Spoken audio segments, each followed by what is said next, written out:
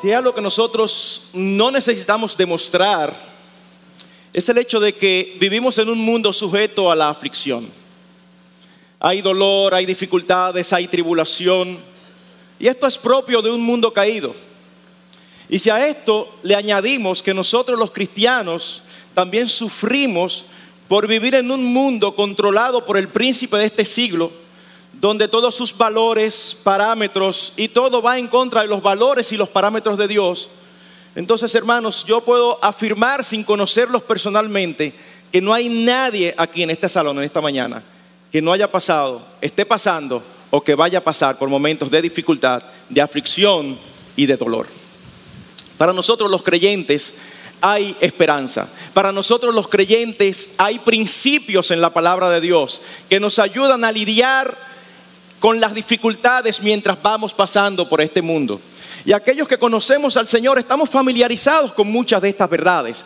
Nosotros podemos recordar en tiempo de aflicción la promesa del Señor de estar con nosotros todos los días hasta el fin del mundo. La promesa de que Cristo no nos va a abandonar y va a estar siempre con nosotros, no importa cuán profunda sea la dificultad o la aflicción por la que estemos atravesando. Nosotros también estamos familiarizados con la verdad de que nuestro Dios es soberano, de que nuestro Dios es omnipotente y tiene control sobre todas las cosas. Es precisamente por esto que puede inspirar al apóstol a escribir en Romanos 8:28. Y sabemos que a los que aman a Dios, todas las cosas les ayudan a bien. Esto es los que conforme a su propósito son llamados.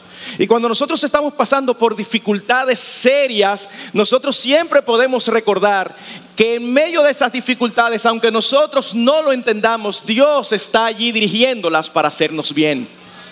Nosotros podemos pensar en textos del Antiguo Testamento como el Salmo 55: echa sobre Jehová tu carga y Él te sustentará. O nosotros podemos pensar en lo que dice el apóstol Pedro, colocando vuestra ansiedad sobre Él, sabiendo que Él tiene cuidado de vosotros. O si vamos un poquito más adelante en Romanos, luego del versículo 28, también nos dice que si Él no escatimó a su propio Hijo, ¿cómo no nos dará con Él también todas las cosas? Si Él hizo lo mayor, que fue darnos su Hijo Jesucristo cuando nosotros éramos enemigos, ¿qué va a hacer ahora que somos sus hijos? Todas esas son verdades, hermanos, que nos consuelan. Sin embargo, permítanme hacerles una pregunta. ¿Cuándo fue la última vez que usted fue consolado o que usted oyó a alguien siendo consolado en medio de su aflicción con la realidad de que Cristo vuelve? Yo no lo recuerdo. Y yo mismo, siendo pastor, con vergüenza digo, tampoco recuerdo yo consolando a alguien con esta verdad. Pero mis hermanos, lo cierto es que la segunda venida de Cristo, el retorno de nuestro Salvador, era un motivo de consuelo que estaba permanentemente en la mente y el corazón de la iglesia en sus inicios. Nosotros vemos, por ejemplo, cómo el apóstol Pablo, inspirado por el Espíritu de Dios, le escribe a los tesalonicenses. Y permítanme leer esta porción que leyó el pastor Lester de nuevo. De paso, yo voy a estar usando mucha escritura. Yo les pido que no traten de caerme atrás para mantener la celeridad. Si usted quiere, copie las citas, pero yo voy a estar citando mucho la escritura. Permítanme ir a la primera epístola del apóstol Pablo a los tesalonicenses y leer los versículos 13 al 18 del capítulo 4, dice: tampoco queremos, hermanos, que ignoréis acerca de los que duermen, para que no os entristezcáis como aquellos que no tienen esperanza. Porque si creemos que Jesús murió y resucitó, así también traerá Dios con Jesús a los que durmieron en él. Por lo cual os decimos esto en palabra del Señor, que nosotros que vivimos, que habremos quedado hasta la venida del Señor, no precederemos a los que durmieron. Porque el Señor mismo, con voz de mando, con voz de arcángel y con trompeta de Dios, descenderá del cielo, y los muertos en Cristo resucitarán primero.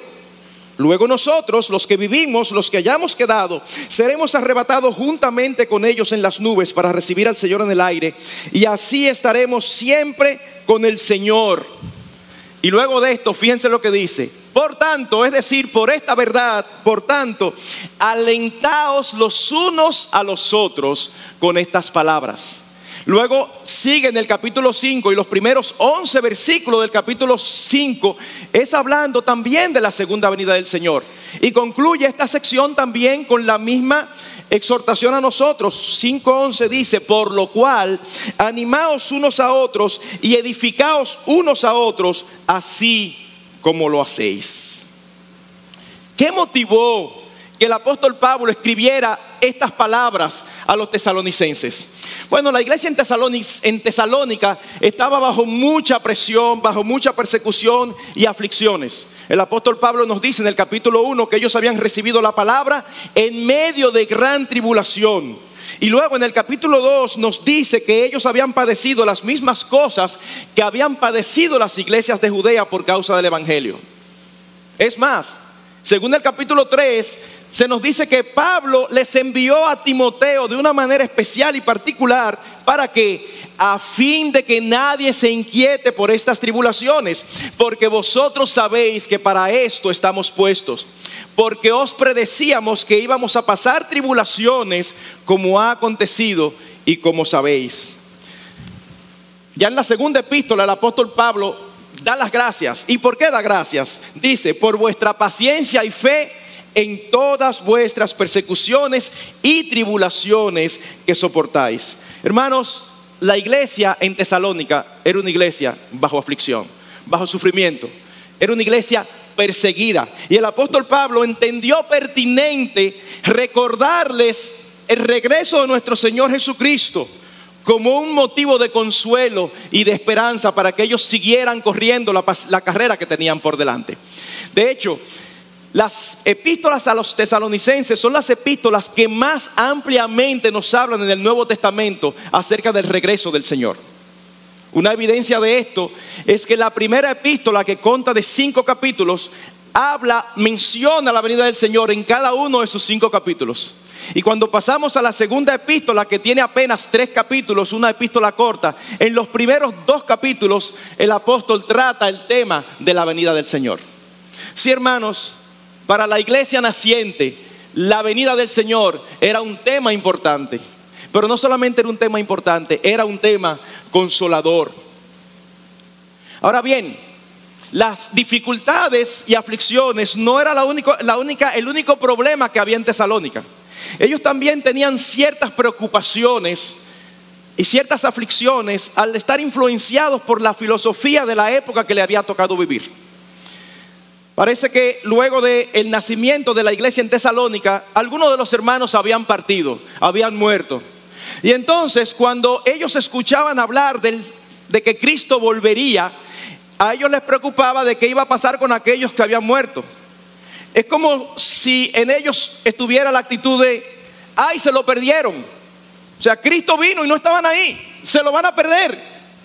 Y hermanos, es entendible para nosotros hoy que ellos pensaran así, si nosotros conocemos cuál era la cosmovisión reinante en la época en que estas cosas sucedieron y fueron escritas. Para los hombres de esa época, el cuerpo era la prisión del alma, y las cosas terminaban cuando el cuerpo moría.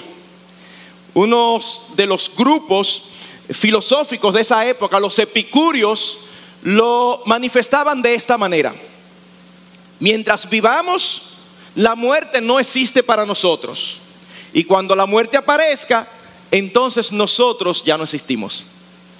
Así que bajo esa filosofía, ellos estaban sumamente preocupados, pensando qué va a pasar con los que ya partieron, que no pudieron estar aquí presentes para el regreso de Cristo. Es por estas cosas, hermanos, que el apóstol trae la enseñanza que permea todo la epístola. De hecho, para el apóstol, la venida de Cristo era sumamente importante. Sumamente importante. Él decía que Cristo murió y resucitó no solamente para que nosotros vivamos para Él, sino también para esperar de los cielos a su Hijo. En otras palabras, uno de los propósitos de la salvación que Cristo nos dio era esperar de los cielos a su Hijo. Y eso era algo que estaba presente todo el tiempo en la vida y ministerio del apóstol Pablo. Él les enseña que cuando Cristo venga, los que estén vivos todavía no tendrán ninguna ventaja sobre aquellos que hayan partido. Ahora, hermanos, Para ser un poquito más amplios y específicos, ¿en qué sentido entonces la segunda venida de nuestro Señor Jesucristo puede ser y debe ser de un fuerte consuelo para ti y para mí, creyentes que vivimos en el siglo XXI? Yo quiero en esta mañana mencionar al menos 5 cosas que están implicadas en el regreso de nuestro Señor Jesucristo.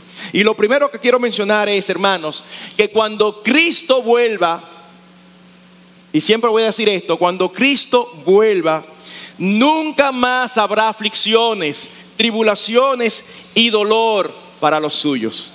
Apocalipsis 21:4. Enjugará Dios toda lágrima de los ojos de ellos, y ya no habrá muerte, ni habrá más llanto, ni clamor, ni dolor, porque las primeras cosas pasaron.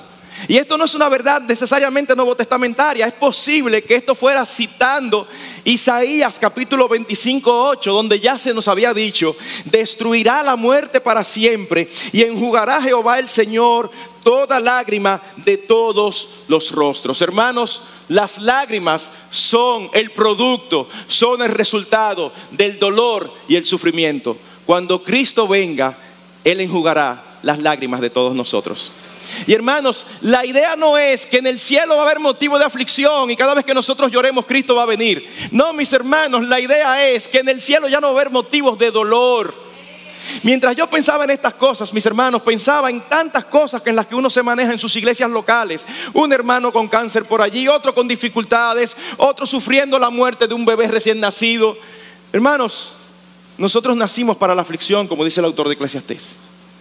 Y de este lado del sol estamos sujetos a dificultades, aflicciones, dolor, limitaciones.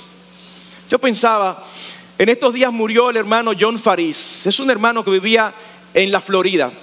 Este hermano era cuadrapléjico y estaba todo el tiempo atado a una cama. Sin embargo, este hermano tenía un ministerio de enlistar iglesias buenas en todos los lugares del mundo. Así que si usted iba a viajar de aquí a Australia, ¿qué hay ahí?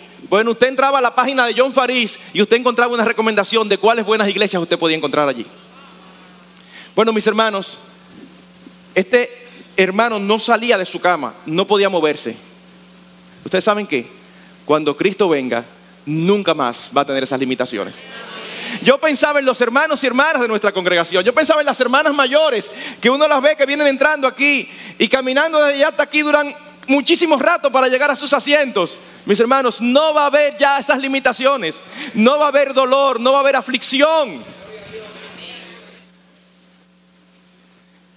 Nuestro Dios nos dará un nuevo cuerpo, libre de todas estas limitaciones y dificultades. Aquello que había llegado y entrado a la raza humana a través de la caída va a ser eliminado para siempre cuando Cristo vuelva.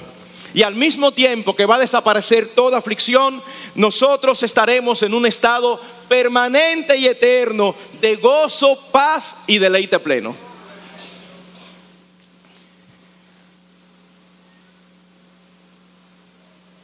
En segundo lugar, cuando Cristo vuelva, el creyente verá consumada su salvación. En otras palabras, cuando Cristo vuelva, nosotros seremos glorificados. Mis hermanos, nosotros fuimos salvos en el mismo día que Cristo, por su Espíritu, abrió nuestros ojos. Clamamos a Él en arrepentimiento y fe, y Él vino a nuestras vidas. Sin embargo, hay un aspecto de la salvación que falta. Nosotros hemos sido librados de la condenación del pecado por su sangre. Nosotros ya hemos sido librados del poder del pecado en nuestras vidas, o más bien de la esclavitud del pecado. Pero hermanos, nosotros todavía no hemos sido librados de su presencia. Nosotros vivimos en un mundo caído donde somos tentados porque la tentación externa haya cabida en nuestro interior. Hay un pecado remanente en nosotros que corresponde a las tentaciones que nos rodean. Y hermanos, nosotros tenemos que estar luchando continuamente con el poder y la presión que el pecado ejerce en nuestras vidas. Mientras estemos de este lado del sol, no lo podremos evitar. Sin embargo, cuando Cristo venga, como dice el apóstol Pablo en Colosenses, cuando Él se manifieste, entonces nosotros también seremos manifestados con Él en gloria. O como lo dice el apóstol Juan en 1 de Juan capítulo 3 versículo 2. Pero sabemos que cuando Él se manifieste, seremos semejantes a Él, porque le veremos tal como Él es. No es que seremos iguales a Él. Seremos semejantes, hermanos. Seremos semejantes en inmortalidad. Seremos semejantes en santidad. Nunca más tendremos lucha contra el pecado. Seremos glorificados.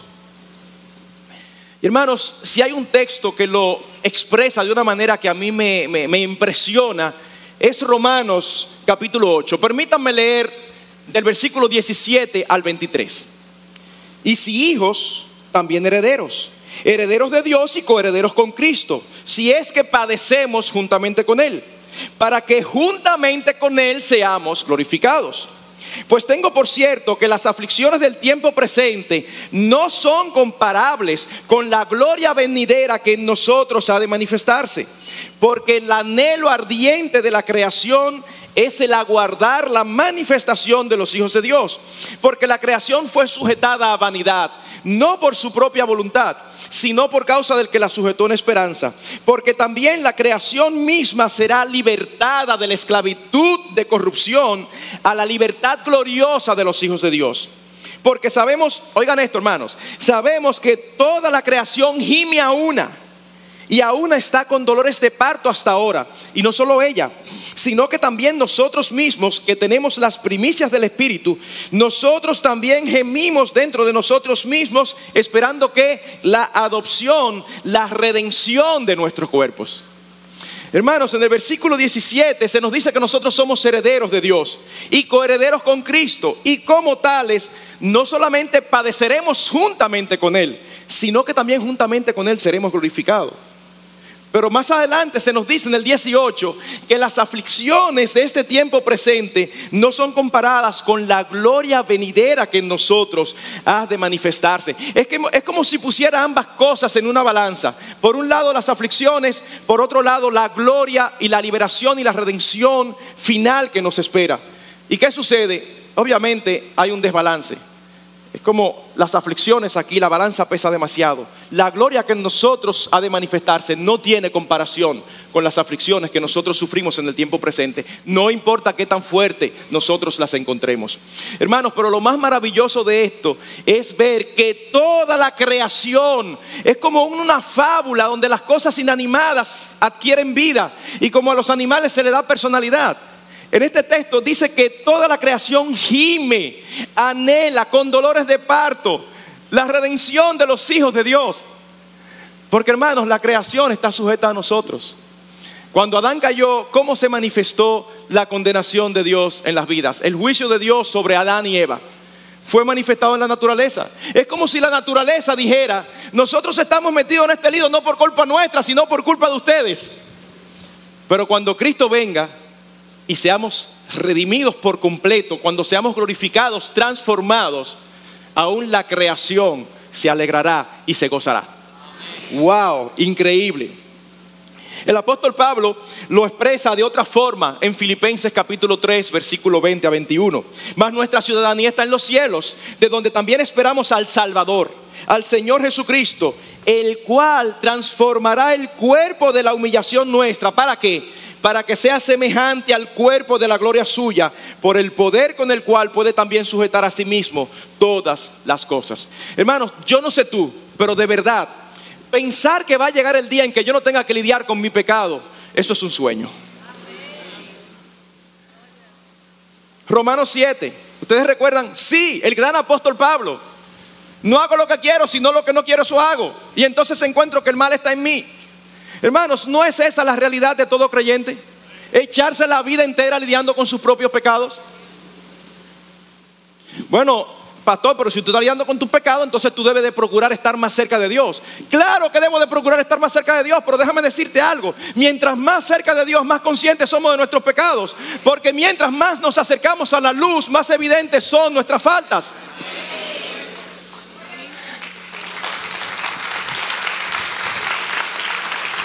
Así que mis hermanos, de este lado del sol, nosotros no nos vamos a librar de lidiar con nuestros pecados. Uno se para aquí a predicar, y aún hasta para predicar tiene que estar lidiando con sus pecados. No se los puede desprender, van con nosotros a todos sitios. Y yo no sé ustedes, pero yo a veces llego a la conclusión de que no me soporto. Es como, pero ¿cómo va a ser que tú estés pensando semejante cosa? ¿Cómo es que es posible que te pasa por la cabeza? Yo soy el único. Gracias. Mis hermanos, con las verdades gloriosas del Evangelio, con la gloria del Salvador que tenemos, uno se encuentra a sí mismo con tanta frecuencia queriendo ir tras las bagatelas de este mundo. Uno se encuentra con tanta frecuencia siendo cómodo y tantas cosas, Señor, hermanos, que yo no tengo que explicarles. Hermanos, cuando Cristo venga, nunca más lidiaremos con nuestros pecados. Gloria al Señor por eso. Gloria al Señor. Pero en tercer lugar, mis hermanos, y esto yo sé que va a sonar raro a muchos, pero no se me adelanten, permítanme explicarlo. En tercer lugar, hermanos, cuando Cristo venga, nosotros nos gozaremos en el fruto de nuestros esfuerzos. ¿Cómo, pastor? ¿Y la salvación no es por gracia? Totalmente. Oigan lo que dice el apóstol Pablo escribiendo a los tesalonicenses 2:19-20. Porque ¿cuál es nuestra esperanza o gozo o corona de que me gloríe? ¿No lo sois vosotros delante de nuestro Señor Jesucristo en su venida? Vosotros sois nuestra gloria y gozo. El apóstol Pablo dice: cuando Cristo venga, mi gloria y mi gozo van a ser ustedes que fueron ganados para el Señor por mi ministerio. Wow. Y hermanos, lo que está diciendo es que el apóstol Pablo se iba a gozar de ver el fruto de sus esfuerzos misioneros. Y esto ocurre en un contexto de defensa. Algunos estaban poniendo en duda el interés y el amor de Pablo por los tesalonicenses. Y Pablo, defendiéndose de ellos, dice: no, yo los amo. Es más, yo espero la venida del Señor para gozarme en verlos a ellos allí junto conmigo en aquel día. El mismo Cristo dice: no os hagáis tesoros en la tierra, sino haceos tesoros en el cielo, en el contexto del sermón del monte en Mateo 6. Pero ya antes, en las bienaventuranzas, Él había mostrado cuál era la naturaleza de estos tesoros. Cuando Él dice: bienaventurados los pobres en espíritu, bienaventurados los mansos, bienaventurados los que lloran, bienaventurados los pacificadores, hay recompensas. Y estos tesoros, ¿cuáles son? Heredar el reino de los cielos, recibir consolación, recibir la tierra por heredad, ser saciado de justicia, ver a Dios. Y al final en el versículo 12 concluye diciendo: porque vuestro galardón es grande en los cielos. Es en el contexto de su venida en Mateo 25, donde el Señor dice que en aquel día Él recibirá a los suyos y Él recordará que cuando tuve hambre me diste de comer, cuando estuve desnudo me vestiste. Es en ese contexto. Sí, hermanos. Ahora, déjenme desactivar cualquier mal pensamiento en vuestros corazones. Hermanos, nosotros no estamos hablando aquí de obras para salvación. Nada que nosotros hagamos puede darnos salvación. Si así fuera, Cristo no hubiera venido. Cristo vino para hacer lo que ningún ser humano podía hacer: comprar para nosotros eterna salvación a través de su preciosa sangre. Ahora bien, mis hermanos, oigan este texto. Dice el Señor: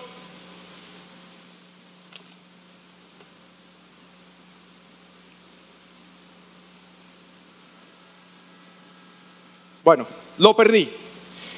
Pero el punto es este, hermanos. Nosotros vamos a ver cuando Cristo venga, ciertamente, el fruto de nuestros esfuerzos. Oigan el texto aquí. Oigan lo que dice el autor de Hebreos. Dice en Hebreos 6:10: porque Dios no es injusto para olvidar vuestra obra y el trabajo de amor que habéis mostrado hacia su nombre, habiendo servido a los santos y sirviéndoles aún. Hermanos, Dios no es injusto. Dios va a recordar con gratitud Dios va a recordar con gozo, porque es Él que lo produce en nosotros. Es que esas obras, ni siquiera sin su gracia podemos nosotros hacerlas. Es andar en aquellas obras, no que nos salvan, como dice Gálatas, sino en aquellas obras que Dios preparó de antemano para que anduviésemos en ellas los creyentes. Es en el andar de estas obras, es elegir ser perseguidos antes que ser reconocidos. Es elegir ser vituperado antes que ser exaltado por el mundo. La Escritura dice que en aquel día eso será recordado y nosotros veremos el fruto de haber respondido conforme a la voluntad de Dios y no conforme a la voluntad del mundo. Eso es lo que nos está diciendo. Oigan lo que dice 1 Corintios 15:58. Así que, hermanos míos amados, estad firmes y constantes, creciendo en la obra del Señor siempre, sabiendo que vuestro trabajo en el Señor no es en vano. Y 1 Corintios 3:8 dice lo siguiente: cada uno recibirá su recompensa conforme a su labor. Permítame decir lo siguiente, hermanos, nosotros no sabemos exactamente, es más, no tenemos ni idea de cómo se expresará o verán las recompensas en los cielos, pero las habrá. ¿Y cuándo las habrá? Cuando Cristo vuelva. Cuando Cristo vuelva. Pero en cuarto lugar, cuando Cristo vuelva, se hará justicia y Él y los suyos serán vindicados. Cuando Cristo vuelva, se hará justicia. Hermanos, su justicia no solamente se manifiesta recompensando a los suyos, sino también juzgando a sus enemigos. Hay un sentido de justicia que es correcto y sano en los hijos de Dios. Yo creo que todos tenemos un sentido de justicia, ha sido distorsionado por la caída, pero todos tenemos un sentido de justicia. Hay un sentido de justicia que delante de los ojos de Dios es bueno, porque es conforme a su propia naturaleza. Segunda Tesalonicenses capítulo 1 versículos 5-9. Esto es demostración del justo juicio de Dios, para que seáis tenidos por dignos del reino de Dios, por el cual asimismo padecéis. Y oigan lo que dice ahora: porque es justo delante de Dios pagar con tribulación a los que os atribulan, y a vosotros que sois atribulados, daros reposo con nosotros, cuando se manifieste el Señor Jesús desde el cielo con los ángeles de su poder, en llama de fuego, para dar retribución a los que no conocieron a Dios, ni obedecen el evangelio de nuestro Señor Jesucristo, los cuales sufrirán pena de eterna perdición, excluidos de la presencia del Señor y de la gloria de su poder. Hermanos, hay una ira venidera, y esa ira venidera se va a manifestar cuando Cristo vuelva. De eso nos hablaba un poco el pastor Salvador, enfatizando la otra cara de la moneda. El mismo apóstol Pablo dice en 1 Tesalonicenses 1:10: esperar de los cielos a su Hijo, el cual resucitó de los muertos, a Jesús, quien nos libra de la ira venidera. Oigan lo que dice el apóstol Pedro 3:13: pero nosotros esperamos, según sus promesas, cielos nuevos y tierra nueva, en los cuales mora la justicia. Hermanos, nosotros vemos por doquier injusticias, y en países como el nuestro más. En todo lugar, no importa que sea el sistema social y económico más adecuado, donde quiera se ven injusticias, pero en países como los nuestros se ve mucho. Personas que deben ser ascendidos no lo son, porque hay alguien que no sirve para nada, pero tiene la virtud de ser familiar del jefe. O sencillamente, hermanos, nosotros vemos cómo se recompensa al malo y se castiga al bueno, al justo. Hay injusticia. Pero hermanos, cuando Cristo venga, nosotros nunca más vamos a tener que sufrir por eso. Déjenme hacerle una pregunta. Dice el Señor Jesucristo en la bienaventuranza: bienaventurados los que tienen hambre y sed de justicia, porque ellos serán saciados. Pregunto, ¿cuándo serán saciados? Cuando Cristo vuelva. Cuando Cristo vuelva, esa hambre y sed de justicia será saciada. Hermanos, este concepto es importantísimo. Ustedes recuerdan al salmista Asaf, es un salmo muy conocido entre nosotros los creyentes, Salmo 73, donde dice el salmista que él empezó a tambalear porque él se puso a observar y dice: yo estoy aquí tratando de servir al Señor y esto me conlleva ciertas cosas, y sin embargo yo veo a los impíos que viven sin ni siquiera tener a Dios en sus mentes, viven como les da la gana, y tal parece que no les sucede nada. Les va súper bien, no tienen aflicciones, no tienen dificultades de ningún tipo. Oigan lo que dice el salmista en Salmo 73. En cuanto a mí, casi se deslizaron mis pies. Hermanos, estamos hablando de un siervo de Dios que dice que estuvo a punto de deslizarse. Por poco resbalaron mis pasos. ¿Por qué? Porque tuve envidia de los arrogantes, viendo la prosperidad de los impíos, porque no tienen congojas por su muerte. Su vigor está entero. No pasan trabajo como los otros mortales, ni son azotados como los demás hombres. Por tanto, la soberbia los corona. Se cubren de vestido de violencia. Los ojos se les saltan de gordura. Logran con creces los antojos del corazón. Se mofan y hablan con maldad de hacer violencia. Hablan con altanería.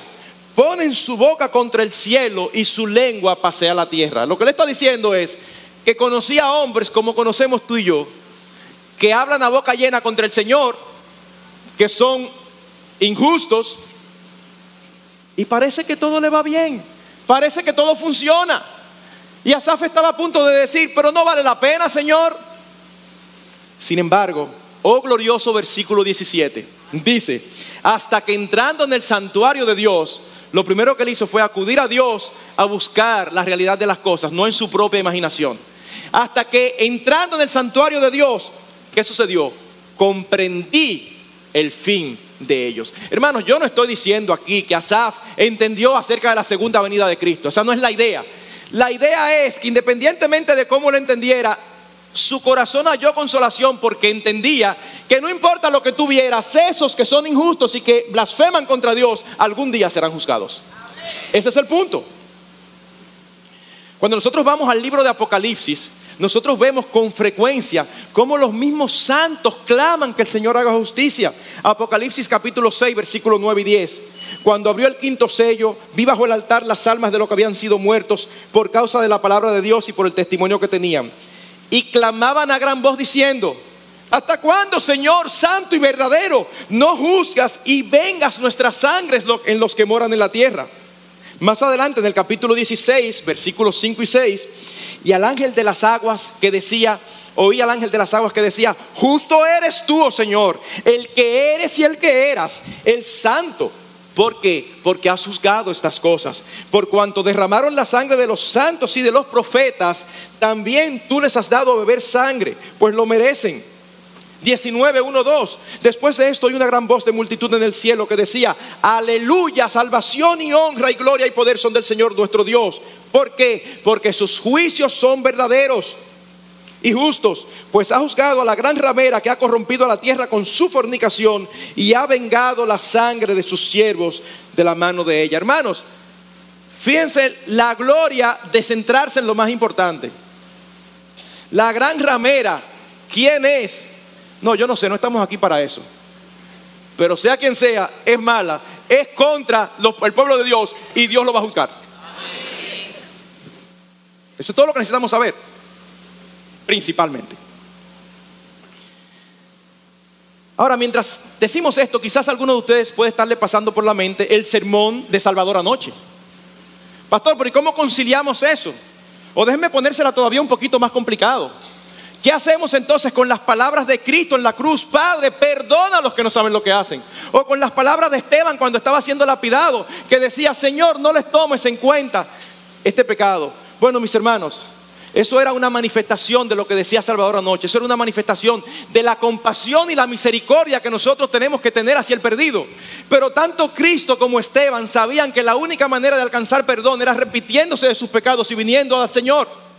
Así que es un clamor por arrepentimiento y fe de todo aquel que no le conoce, algo que nosotros debemos hacer continuamente. Pero venido el momento, todos aquellos que han rechazado voluntariamente al Señor serán juzgados, incluyendo aquellos que hoy vemos que maltratan a los hijos de Dios. Hermanos, yo no sé si ustedes han visto, nosotros pensamos que la persecución era algo del pasado. Al día de hoy, millones de cristianos están sufriendo persecución. Yo no sé si ustedes han visto en internet videos de hermanos siendo maltratados y aún asesinados por musulmanes, sencillamente porque se niegan a negar al Señor Jesucristo. Hermanos, cuando Cristo venga, ellos se van a gozar de haber muerto como lo hicieron. pero también ellos van a tener un sentido de satisfacción y serán saciados cuando vean juzgados a aquellos que lo martirizaron. El clamor debe ser: Señor, ten misericordia de ellos, perdónalos, concédeles salvación. Pero si eso no ocurre, al final es justo delante de Dios pagar con tribulación a los que nos atribulan.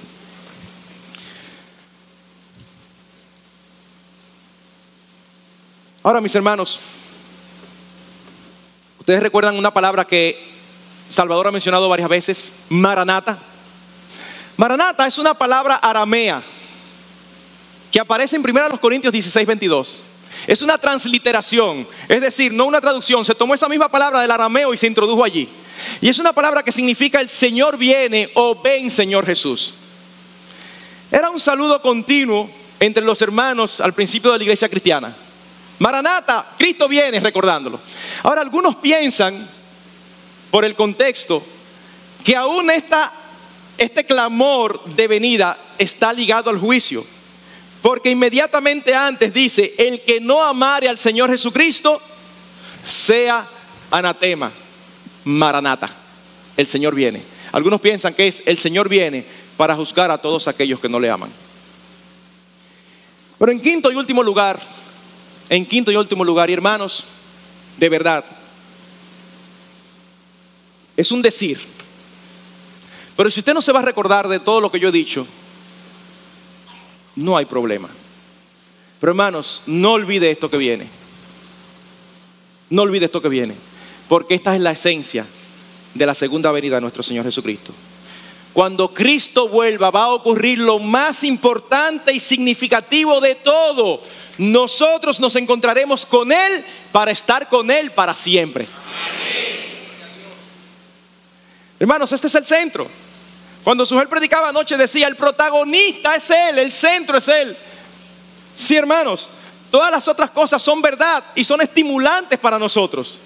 Pero hermanos, lo más glorioso de todo es que vamos a estar para siempre con el Señor. 1 Tesalonicenses 4:17, para recibir al Señor en el aire, y así estaremos siempre con el Señor. Hermanos, fue precisamente por esto que Cristo murió. 1 Tesalonicenses 5:10, para que ya sea que velemos o que durmamos, vivamos juntamente con Él. Hermanos, Cristo murió para que vivamos juntamente con Él. Esta es la más grande experiencia que cualquier ser humano puede vivir: gozar por siempre de una comunión íntima con su Creador y con su Salvador. Hermanos, usted puede pensar en cualquier cosa que usted lo llena de emoción. Un viaje, una actividad, el nacimiento de su tan esperado hijo.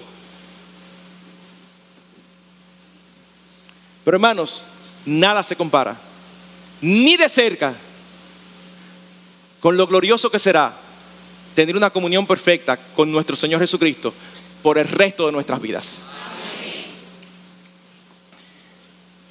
Hermanos, este es un anhelo que expresaron aún los santos del Antiguo Testamento. Salmo 27:4. Una cosa he demandado a Jehová, esta buscaré, que esté yo en la casa de Jehová todos los días de mi vida, para contemplar la hermosura de Jehová y para inquirir en su templo. Esto es lo único que yo quiero, dice el salmista. Y es interesante este texto que voy a citar, porque es el mismo Asaf. Pareciera como si fueran dos temas diferentes, pero el mismo Asaf en el Salmo 73, versículos 25 y 26 dice lo siguiente: ¿a quién tengo yo en los cielos sino a ti?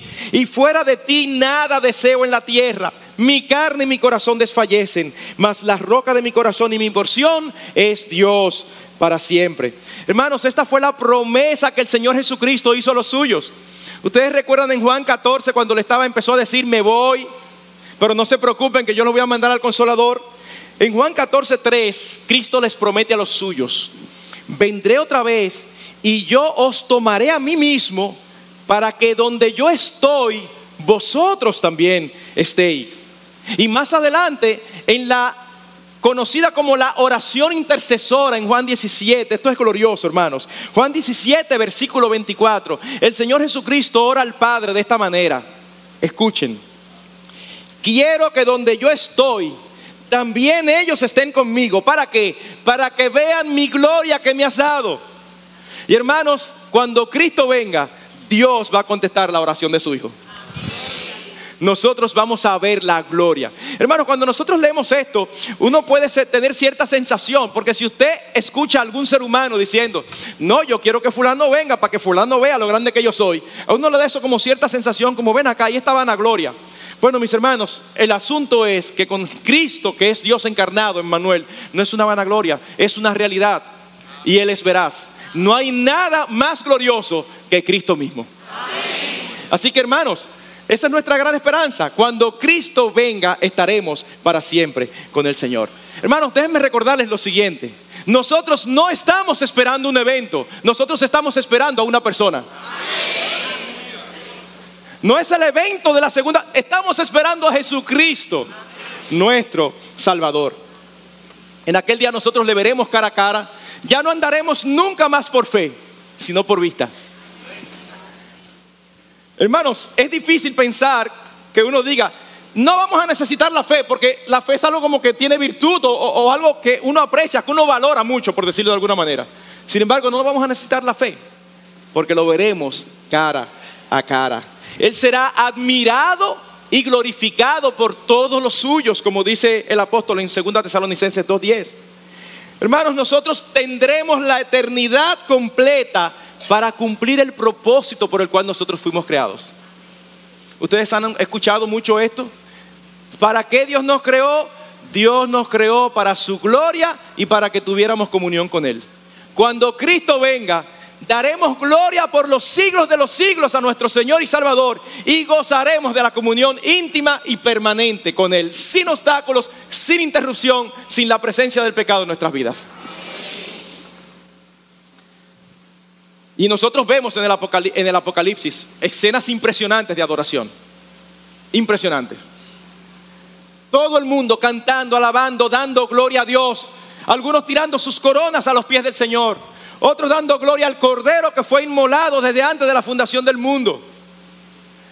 Yo no sé tú, mi hermano, pero yo quiero estar ahí. Yo quiero estar ahí. Yo sé que sería como una pulguita que no se ve, pero yo quiero estar ahí, Señor, dando gloria y alabanza al nombre de Jesucristo.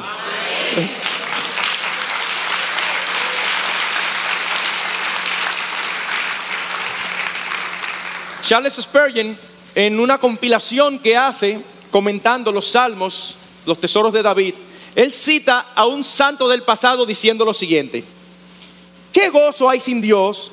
¿Qué es la gloria sin Dios? ¿Qué son las riquezas, muebles, refinamientos? Sí, incluso las diademas del cielo. ¿Qué son sin Dios en el cielo? Si Dios dijera a los santos, aquí está el cielo, tomadlo, pero yo me retiro, ¿cómo llorarían los santos en el mismo cielo, haciendo del mismo un valle de lágrimas? El cielo no es el cielo a menos que en él gocemos de Dios. Es la presencia de Dios lo que hace el cielo. La gloria no es sino el estar más cerca de Dios. Hermanos, en otras palabras más adecuadas a nuestro siglo, por si no se entendió mucho. Hermanos, lo que hace espectacular el cielo es que Cristo está allí. Y si Cristo no estuviera allí, entonces el cielo no sería cielo. Encontré un poema que obviamente pierde un poco, porque es un poema que fue traducido del inglés, donde alguien dice: la esposa no mira sus vestidos, sí el rostro de su esposo amado. Contemplaré no la gloria, sino a mi rey lleno de gracia. No la corona otorgada por él, sino sus manos traspasadas. El Cordero es toda la gloria de la tierra de Emmanuel. Hermanos, si todo esto es así, nosotros entendemos por qué recordar que Cristo vuelve es consolador para todo creyente. Fíjense cómo no se nos manda solamente a consolarnos unos a otros, sino también a estimularnos. Es como: confórtate, pero coge ánimo para que sigas corriendo con paciencia la carrera que tienes por delante. Lamentablemente, hermanos, vivimos en unos días donde estas implicaciones parecen ser solamente tema de himnos. Y uno viene aquí a la iglesia. Yo a veces pienso que, irónicamente, uno de los lugares donde uno más miente es en la iglesia cantando. Porque uno dice todo lo que está escrito ahí. Y a veces uno ni siquiera está pensando en eso. Cuando tú vengas, yo anhelo ese día. Y después sale por ahí. O como cuando yo era joven, y algunos jóvenes también, con vergüenza también lo digo. Yo decía, ay Señor, no venga, déjame casarme.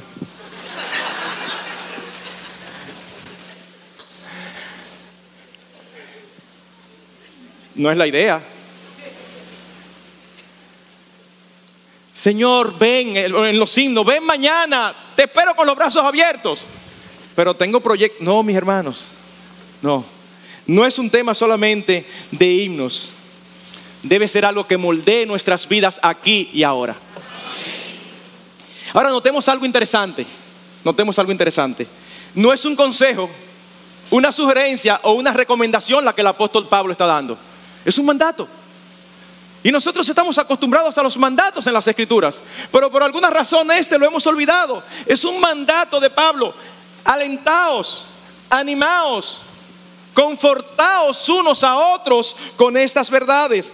Hermanos, esta esperanza debe tener impacto en nuestras vidas. Como alguien dijo, la esperanza del futuro es lo único que da sentido a lo que ocurre en el presente. Déjenme decirlo con unas palabras mucho más sencillas. Yo siempre recuerdo una ilustración que uno de nuestros pastores da de una niña, una joven, que le preguntaron si había entendido el libro de Apocalipsis. Y ella dijo, sí, muy contenta. Y, es raro, entendió el libro de Apocalipsis porque ni yo lo entiendo. Ajá, ¿y qué tú entiendes que significa? Que nosotros al final ganamos. Hermanos, usted sabe que, mis hermanos, si usted es un hijo de Dios creyente, mis hermanos, oigan lo siguiente: no importa lo que pasemos ahora, al final nosotros ganamos.